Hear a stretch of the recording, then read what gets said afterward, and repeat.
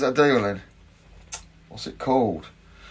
It's called Not Leaving a Dust in the Shop and doing some actual electrical content on looking after these bad boys. A large majority of what I do now in my career has been involving motors like this, electric motors. This is a squirrel cage motor, an AC synchronous motor, I think they call it, all their various names. I don't know, because the secret with me is I know what I'm doing, and I know how to fix them, I know how to fault find and all that.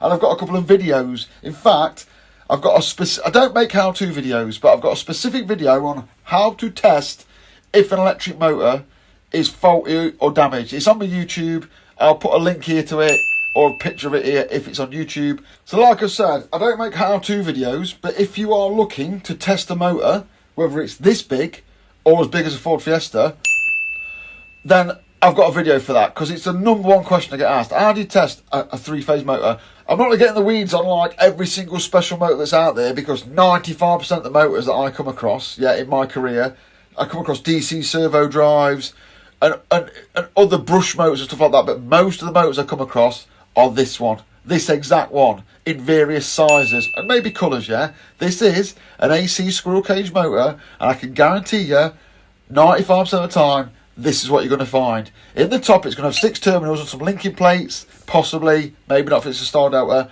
but it's going to look like this, but it might be so big, I can't get it in my hand. And what you've got to remember is, this is the asset. This is the actual thing you want, All this shit behind me, nobody wants this. This is just to control and protect it. No one really wants to bar this crap. All they want is the rotating or motion that this motor provides. But the secret is, because this is the asset, this is what does the business, it's expensive. And we need to protect it because it's valuable. When I decided to produce some content motors, I see motors all the time, I'll get my hands on loads of them, But actually trying to find a motor that can hold in my hand on camera like this is fucking surprisingly difficult, because a lot of the motors I come across, I've thrown them away or scrapped them, and now I want some, I've been able to get my hands on. So I appreciate not everyone get their hands on a motor like this. I thought I'd just go and buy some. These are about 300 quid. They're an expensive asset, and obviously the bigger they get, the more expensive they get. When you're talking 4 Fiesta size, you could be in the old for 10 grand. I don't know, I'll have to look up some price on that, but before you dispose of one of these, you need to see if it works. Because if it works, you're not going to throw it away. They've got very expensive because copper's gone up in price. But what we don't want is, every time we have something stop, say something stops this shaft moving, the motor is still going to try and turn. It's going to get hot, overheat, and cook itself, and it'll be totally fucked. If water gets in it, it's going to cook itself, it's going to be totally fucked. If it gets forced round backwards when it's got power going to it, it's going to fuck it, it's going to be totally fucked. We need to eliminate that cost of this being fucked. Before we get into protecting motors electrically, we'll just do a little bit of mechanical stuff and look inside a motor, because there's no point protecting it electrically if you fuck it mechanically. So I'm just going to take you over the main reasons why you would shag an electric motor and then have to go and replace it. And bear in mind, replacing that might not be a problem unless it's upside down buried in a machine, in which case it might be an absolute fucker to get to. It might take you all day.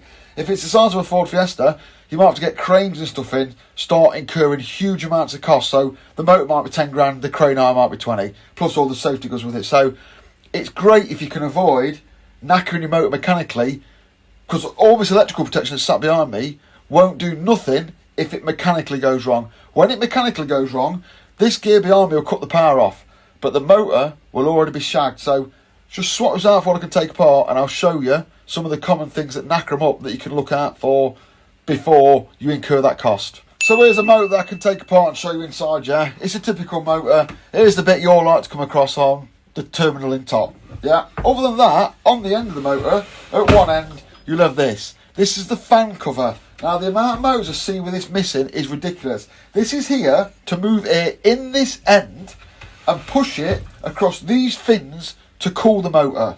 So it doesn't actually perform any task the motor requires, but what it does is the air goes in here and cools these fans, which cools the motor. So when I go to a job and I see the fan cowls missing and been lost, and you've just got a fan that's not on this motor because it's for sectioning, spinning around here, it's just moving air around the motor. It's not going to cool the motor's going to overheat. So hopefully, if your motor protection is adequate, it might cut out before it cooks. But the motor is certainly going to run too hot. As well as having the fan on here and the cowl, you can have electric fans that force feed air over the motor all the time. So you need to check. that the cowl's intact and in place, that the plastic fan that lives in here is intact in one piece, spinning round and doing its job of blowing air over the motor, or if there's a fixed motor in here that blows air over all the time, that's operating.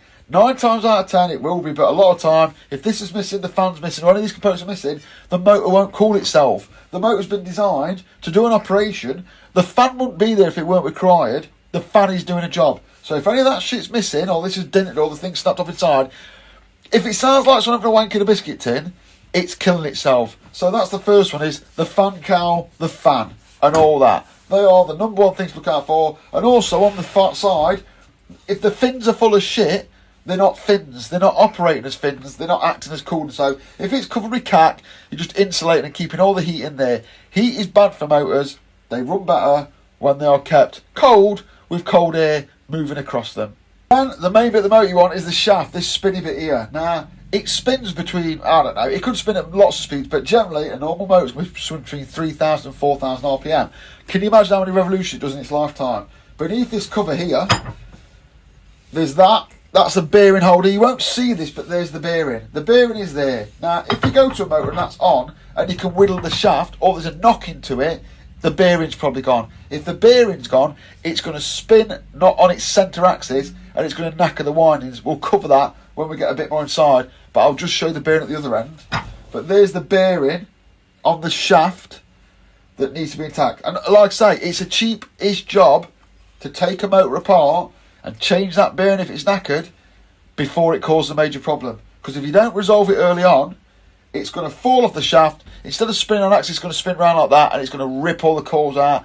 So yeah, be aware a 10 quid bearing could destroy a 10 grand motor, or anything in between. And they're always much cheaper to replace them than the drive itself. At this end, we've got a drive end. This happens to be a flange mount motor, but it's still got a shaft. Again, I've took the bearing off the back end, but when you spin that, it should spin freely and circularly. It shouldn't have a little knock in it or a dink in it. It shouldn't grind. It shouldn't make a funny noise.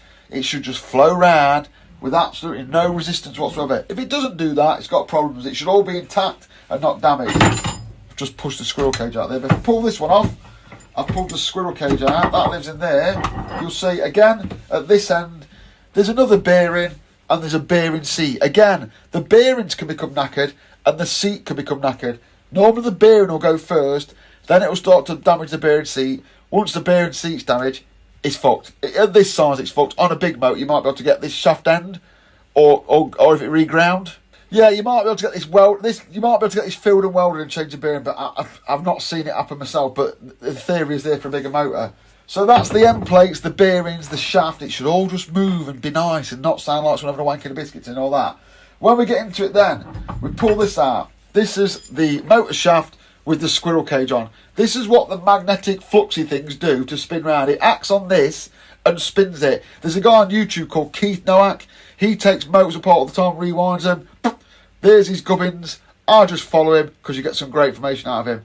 But there's the shaft. This is not my area. Yeah, this is not my area. The only shaft I deal with is when I'm giving it to your mum. But this is not my area. There's clever people about me. All I'm bothered about is first line maintenance, bearings, shaft spinning and all that gubbins. Now, if you imagine that shaft's turning like that on the bearings, if the bearing's gone, it's going to start turning like that. And it's going to start making a mess. And I'll show you where that mess is made inside there. Now we're left with the main body. In here, you'll see there's the windings, which are these items here. And in there are some sandwiched plates that sit between each other. They're like a pack of plates sit between insulators. It's the same at the other end, look. And the windings go into there. What's weird about this is those windings are put in, the winding coils. Watch the Keith Knight videos, yeah? He's the hero for doing this kind of stuff, not me. And they place them into the sandwich pack of iron things here. And then when they're done, they chuck it in a varnishing machine which sucks hard varnishing, so the windings will always be hard. If the motor's not spinning centrifugally, it goes off centre and it hits these things like that and rubs them and breaks them. And eventually it wears it down until it makes contact with one of the copper coils. The copper coil gets all the insulation knocked off it. It goes pop. And if you're lucky, you're in for a rewind of new bearings. If you're not lucky, you're in for a new motor. If you do work in this environment where you get these kind of things, and that's why you're watching me, yeah, and you've never took one apart, next time you get a knackered motor, take it apart, yeah? Before you put it in the scrap bin, take it apart. See how it all works. Maybe you might be able to change the bearings, I don't know, but... Or, if you're really boring, you can go and buy one of these from the scrapyard. Don't matter if it's a single phase one or a 3-phase one for the purpose of taking it apart, as long as it's a squirrel cage motor. You can go down there, get it apart, and you can look at all these bits. But, generally, you're looking for... Is it cracked, damaged, or broken on the feet? Is anything wrong with it? Is any of the bits broke off? Is any bits missing? Does the shaft spin freely? Do the bearings make a knocking or a grinding noise? And if you do go this far in, is there anything wrong? And obviously the classic, yeah. Once you take this plate off, and it's isolated obviously, just place your nose here and have a little sniff. Don't take a fucking lungful. Have a little sniff. A burnt out motor gives off a distinctive electric smell. Don't take a massive like you're doing back. Yeah, don't take have a little smell. There may be a bigger smell. Don't take a massive smell because you're just inhaling a load of burnt up crap out of the motor. So just be aware of that. I mean, it's not the safest thing to do, but you'll know when you get a burnt out motor and you smell it.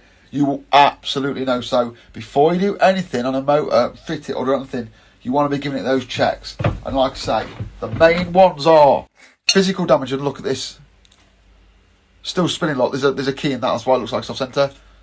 Yeah, it's not making any funny noises. No, nothing. It just spins. There's no resistance and there's no wobble.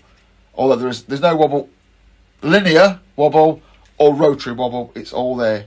And that is about all I'm going to tell you, and all that I really need to know, or I have needed to know in my career, about the mechanical aspects of a motor to protect it from losing the asset, which is the motor itself. Obviously, the other things you need to look out for is the motor is not a machine on its own. It requires other machinery to work. So first of all, it requires to be mechanically fixed down or fixed to a flange. Is that loose? Any sort of looseness in its fixing or mounting is going to cause mechanical damage that's going to masquerade as electrical damage. I'm mainly talking to electricians here. You're going to go to a motor that's tripped. That doesn't mean it's an electrical problem. That means you've got an electrical or mechanical problem. And then whatever gear's mounted to here. If it's just a pulley wheel and you get that, it looks okay. Maybe the other wheel's knackered and it's putting bounce into it, or maybe the pulley wheel's loose and it's shaking around, fucking it up. There's a good chance if the mechanical side of it's gone, if it's got a loose fitting, and if it's spinning electrically fine, and you've got a loose mounting or loose equipment fixed to it, and it's been rattling itself around, there's a good chance you're going to need to measure it and test it as per my video.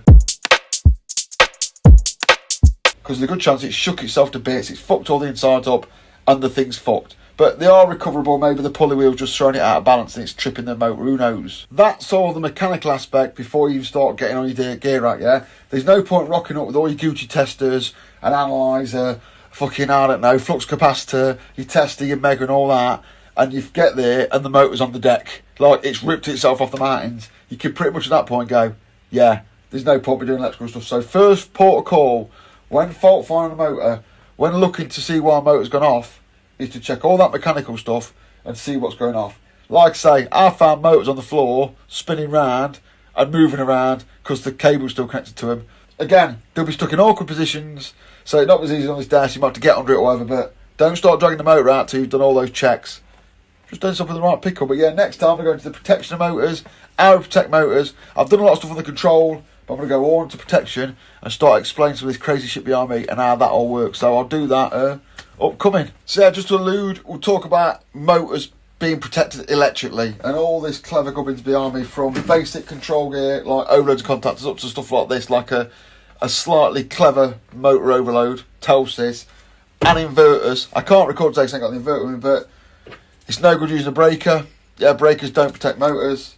Although back in the day, we used to use fuses and then we'd use dash pots, the classic motor overload device. So there's already a video about this exact one on my YouTube. So if you can't wait till I decide to record it, jump on YouTube and you'll be able to find out how this absolute classic motor protection works. So if you ever come across one of these, you'll be like, oh, fuck, I know what that is. Because if you found one of these, you don't know what it is, you're going to wonder what the fuck it is. They are that old, but they are excellent. So I'll stick the link here. If you can't wait till I do it next time, because you're so excited about this boring content, go and watch the video on dash parts. That'll tell you a lot about protection that you need to know.